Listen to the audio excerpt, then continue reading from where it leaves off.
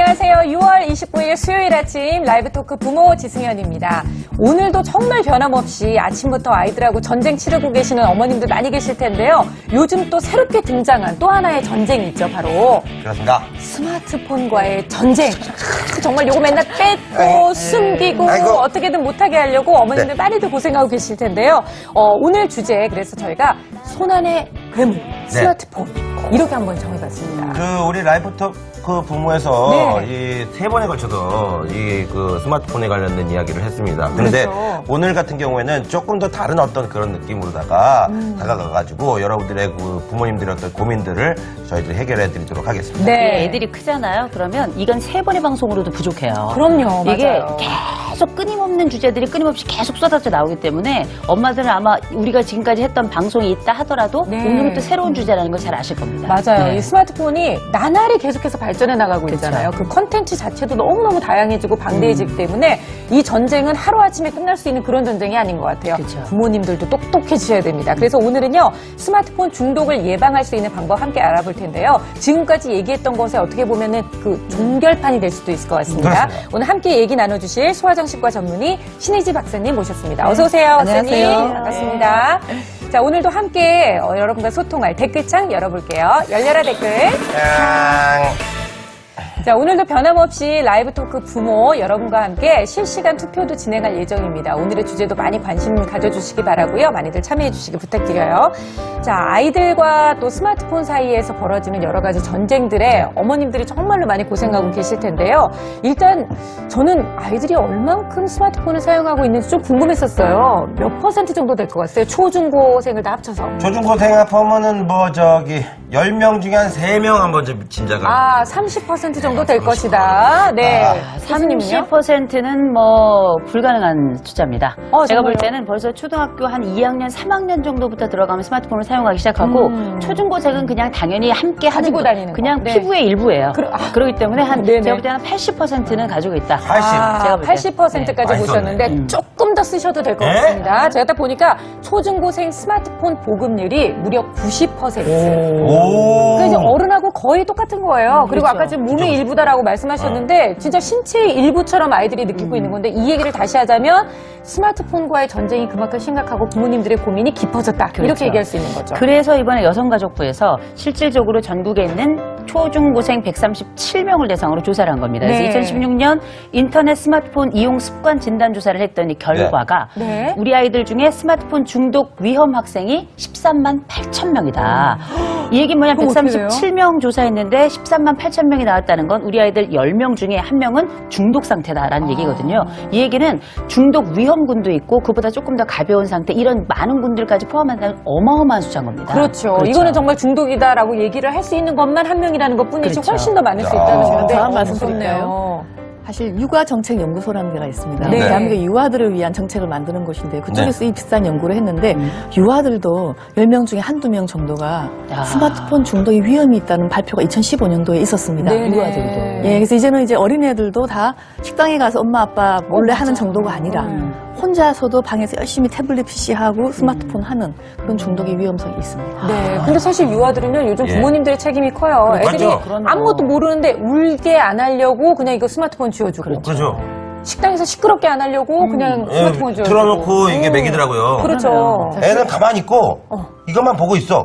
옆에서 숟가락을 이게 집어넣으면 자동 반사 이거예요. 이게 참 그러니까요. 보기가 좀 안 좋더라고요. 근데 보기만 안 좋은 게 아니고 유아들 같은 경우는 뇌가 빨리 자라는 시기이기 때문에 한정된 어떤 기능만 계속하면 사실 인지 기능이 떨어집니다. 애들은 막 움직여야 되거든요. 그래야 정상인데 그러니까 가만히 있으면 얘는 병드네요, 사실은. 그냥 부모님들 아이가 저렇게 있으면 지능이 떨어진다는 걸 아시면 안 하실 것 같아요. 그렇죠. 자, 그래서 오늘 이제 이런 얘기를 정말 얼마나 심각한지 또 어떻게 하면 극복할 수 있는지 함께 얘기를 나눠볼 텐데요. 부모 지금 함께하고 계시는 시청자 여러분들의 의견도 저희가 함께 들어보기 위해서 시청자 실시간 투표를 저희가 준비해봤습니다. 참여하실 수 있는 방법은요. 저희 EBS 핀 댓글창, 늘 항상 들어오시는 댓글창에 들어오셔서 우측 상단에 보시면 투표하기, 투표하기 누르실 수가 있습니다. 지금 화면에 나오고 있죠. 댓글창 눌러주시고요. 댓글창이 열리면 오른쪽 상단에 투표하기 있죠. 투표하기 클릭하시면 오늘의 주제 질문과 더불어서 여러분들이 선택하실 수 있는 항목들이 나오니까 항목 선택하시고 투표하시기 꼭 눌러주시기 바랍니다. 투표 공지를 살짝 해드리도록 하겠습니다. 자, 오늘 주제는요. 손에서 스마트폰을 놓지 않는 아이가 걱정되는 이유는? 이라는 이유, 질문입니다. 네. 1번은 공부방해, 공부에 방해가 될까봐. 솔직하다. 네. 2번 유해 콘텐츠의 노출. 그러니까 근데 19금 그럼요. 영상들 네. 요즘 카톡에서 많이 돌잖아요. 자, 3번은 이제 건강 때문에 요즘에 계속 이렇게 보면은 거북목도 맞아, 생기고 맞아. 이 시력저하나 네네. 뭐 이런 것들이 있으니까 그런 것 때문에 자, 여러분들의 솔직한 투표 부탁드리도록 하겠습니다. 네, 종철 씨는 어떤 게 제일 걱정돼요? 저는 아무래도 저기 2번 네, 유해 콘텐츠의 노출이다. 네네. 그래서 뭐 메신저뿐만 아니라 뭐 여러 가지 그 뭡니까 그 저기 어플리케이션도 굉장히 맞아요, 많아요. 맞아요. 바쁜 어플리케이션들이 그런 것들이 아이들의 노출이 될까봐 조금 좀 걱정스럽다. 그렇죠. 네. 저도 솔직히 2번. 교수님은 어떠세요? 저는 사실은 뭐 이번 같은 경우 예, 유해 컨텐츠에 노출이 됐다가도 이것도 한 7, 8년 보면 질려요. 애들도 잘 안 봐요. 그런데 조금 지나고 나면 그 과정에 거북목이 돼. 애들 집집마다 거북이가 한 마리씩 있어요. 집에 네. 이렇게 목을 빼고 있는. 그렇죠. 근데 이제 닌자 거북 이런 거는 몸이라도 빠르죠. 집에 있는 거북이 그냥 느려. 목만 나왔어. 아니요, 제 실제로 거북목이 되게 좀 굉장히 심각하게 이 목 디스크라 그러더라고요. 그래, 맞아요. 전신마비도 올 수 있어요. 굉장히 위험합니다. 네네. 우리 교수님께서는 혹시 만약에 선택하신다면 몇 번? 1, 2, 3.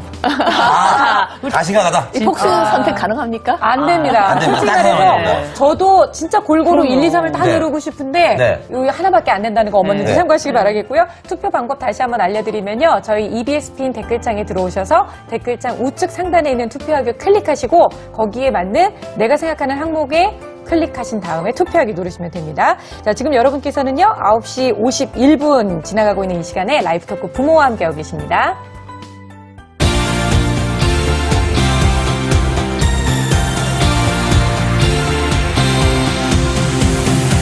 라이브 토크 부모. 사실 우리가 스마트폰 얘기를 하면 굉장히 네. 부정적인 얘기들을 많이 하고 있어요. 걱정된다, 뭐 아이들을 어떻게 하면 이 중독을 예방할 것이냐. 근데 솔직히 스마트폰이 등장하면서 생활이 정말로 편리해진 면도 그렇죠. 있잖아요. 그럼요. 이 스마트폰이라는 게 사실 양날의 검이에요. 이 단점을 우리가 굉장히 많이 이야기하지만 장점도 진짜 많습니다. 우리가 네. 지금 사는 이 세상의 3차원이라면 저는 휴대폰 안으로 들어가는 순간 4차원이 시작된다. 저는 이렇게 생각을 해요. 네. 완전히 시간과 공간 다 모든 것들을 초월하잖아요. 네. 그렇다 보니 우리 아이들도 성인들도 이렇게 여러 가지 스마트폰을 통해서 유익을 보는데 아이들도 마찬가지죠. 정보 거기서 얻죠.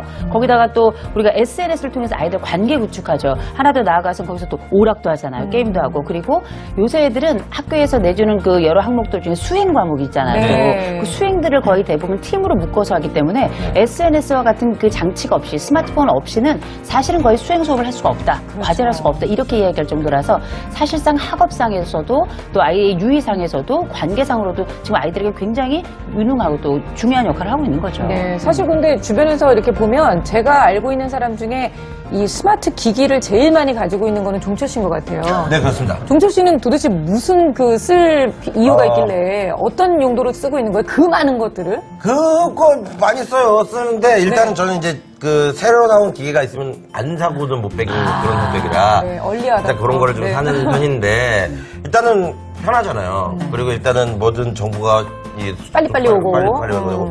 일단은 이 열차 티켓 같은 것도 예매하고 얼마나 좋아요. 그렇죠. 하긴 뭐 생활 속에서 우리가 할 수 있는 일은 너무나 많은 것 같은데요. 웃음 깝깝해요. 그렇죠. 어머님들이 아이들한테 스마트폰을 줄 수밖에 없는 이유에 대해서도 그렇게 말씀하세요. 왜? 아니에요. 저희 아이는요. 이북. 그냥 책이 아니라 이북을 읽고요.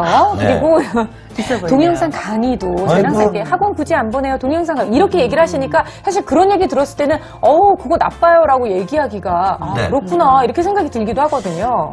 근데 저는 스마트폰으로 학습을 한다는 건 무조건 반대입니다. 아 진짜요? 예, 왜냐면 아이들이 우리 기억나서 옛날에 칠판에 선생님이 뭐 적으면 꼭 뺏기라고 그러잖아요. 네, 다 이거 우리 적었죠. 저거로 왜 하지? 다 나와 있는데 책에. 하지만 그걸 쓰므로 인하여 아이들이 이 글 쓰는 능력, 그 다음에 자기 생각을 정리하는 능력 네. 등 여러 가지 학습 기능이 함께 따라갑니다. 그러니까 아이들은 아직은 아날로그식으로 학습을 하는 것이 학습의 최적의 상태인데 어떻게 보면 강의 내용만 빨리 많이 접한다고 해서 그게 학습이라고 생각하는 것 자체가 착각인 거예요.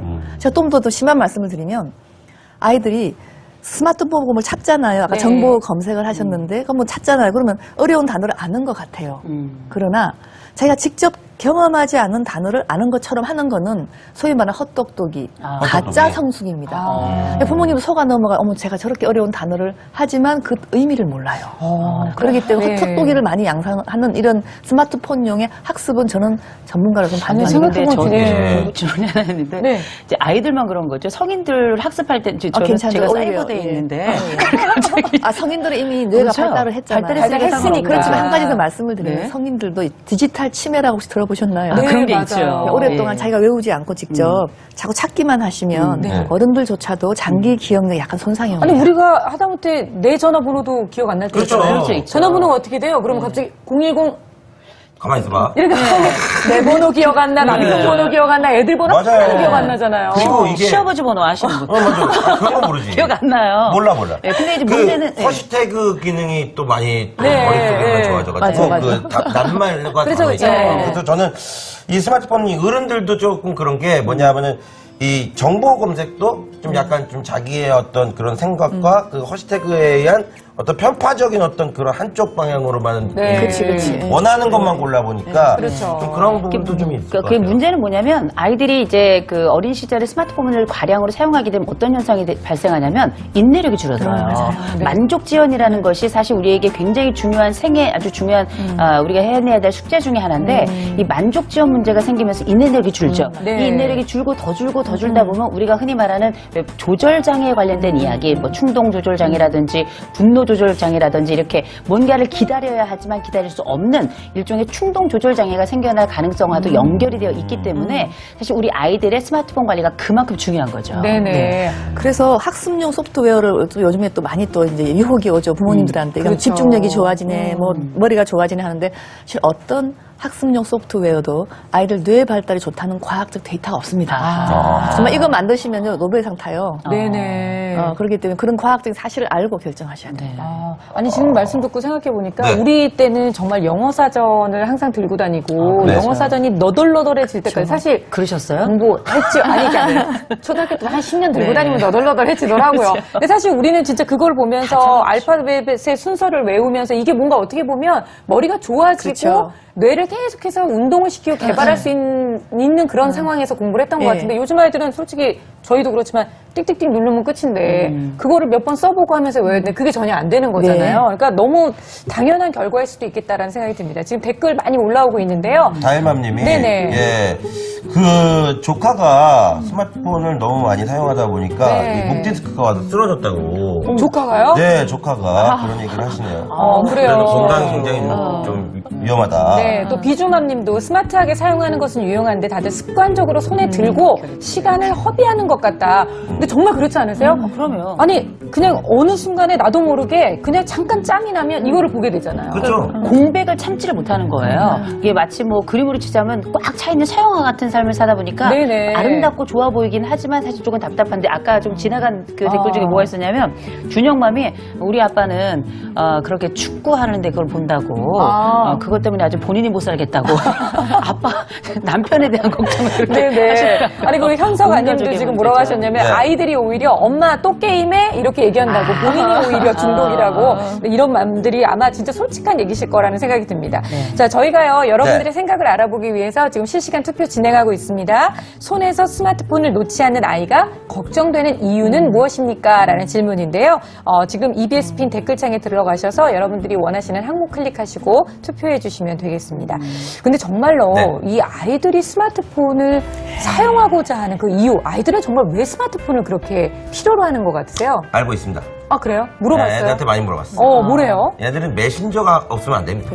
일단 소통이 안 됩니다. 네네. 그래서 일단은 옆에 있으면서도 이제 이걸로 글자로 이렇게 집에서도 하지 얘기하는 않아요? 그런 세대가 됐어요, 이제. 맞아요. 그렇기 맞아요. 때문에 이미 이 스마트폰은 이 나에게 있어서 어떻게 보면 이 전화기 이상이 아닌 어떤 소통의 어떤 하나의 이 수단이다.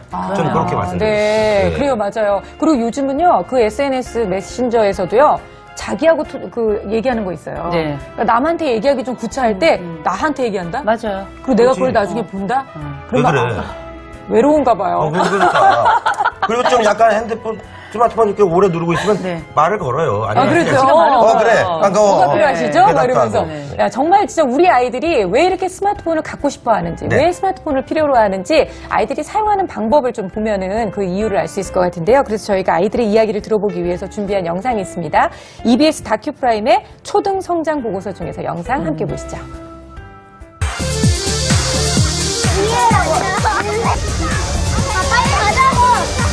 카톡, 카스 게임.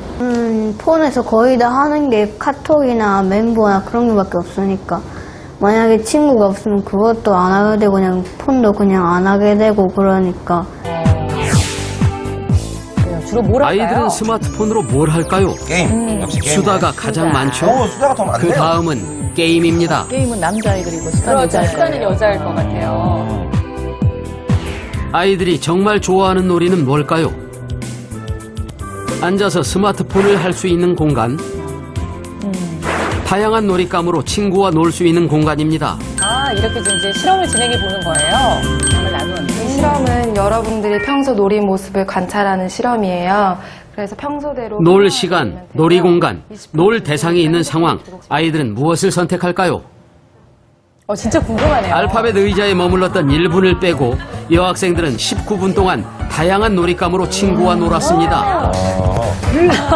처음부터 놀이방으로 뛰어간 남학생들도 놀이 시간 20분 내내 친구와의 놀이를 선택했습니다. 아니, 저렇게 밝게 웃는 모습을 손에 들고 별로 있던 본 적이 없는 것 같아요, 스마트폰 진짜. 소파에 놔두고 말이죠. 친구요. 친구. 아, 저도 친구야. 다 친구네요. 친구요. 친구. 애들도 많고 해서 그런 게 되게 재밌는데요. 학교 끝나면요 핸드폰만 하는데 거의 애들이.